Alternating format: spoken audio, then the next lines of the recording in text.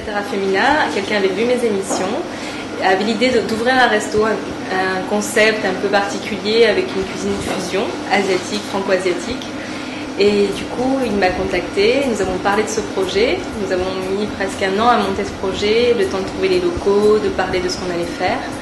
Et voilà, ça s'est passé comme ça.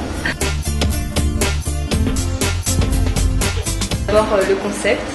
C'était une idée de faire une cuisine fusion, donc franco-asiatique. Donc moi, par ma formation de cuisine française, et pouvoir aussi utiliser mes influences asiatiques, mes racines, ma cuisine maternelle. Participer à cette aventure de créer un restaurant, un concept du début à la fin, bien sûr en association avec Sébastien pour qui je travaille et qui a monté ce restaurant. C'était vraiment, oui, c'est ça qui était intéressant, c'était de pouvoir créer, cette partie-là était très intéressante, d'avoir carte blanche et de pouvoir,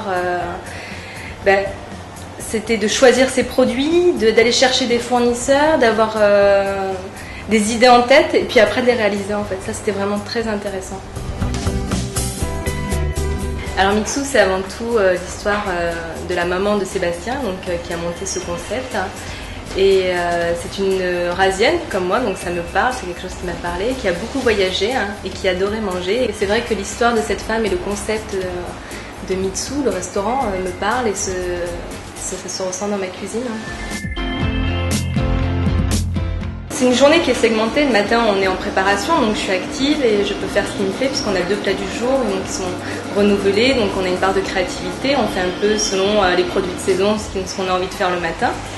Le midi, donc je suis ici avec la machine à dim sum, à faire cuire les dim sum, donc il y a quand même un contact avec le client. On peut vendre ce qu'on a fait, donc ça c'est intéressant. On a des retours aussi qui sont immédiats. Et après, oui, c'est ranger, organiser. Je les aime tous, forcément, puisque je les ai créés. Mais celui que j'aime particulièrement, c'est le hachis parmentier de canard à la patate douce et à la coriandre, puisque c'est un mélange entre mes racines et de là où je viens, où j'ai vécu, qui est le sud de la France. Donc le canard, j'étais habituée à en faire avec ma mère toutes les années. Et après, pouvoir, moi, apporter ma petite touche asiatique, ce que je suis, la patate douce, la coriandre, un mélange un peu plus fusion. Et en dessert, c'est vrai que moi je craque toujours pour la tarte au chocolat jasmin, puisque c'est un mélange que j'ai mis du temps à trouver et c'est celui qui m'enchante le plus.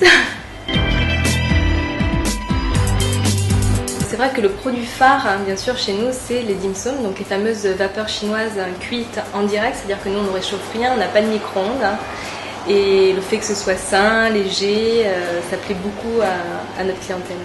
Et après les salades traditionnelles, comme la salade thaï ou le boboon, qui est une salade traditionnelle vietnamienne, qui marche très très bien.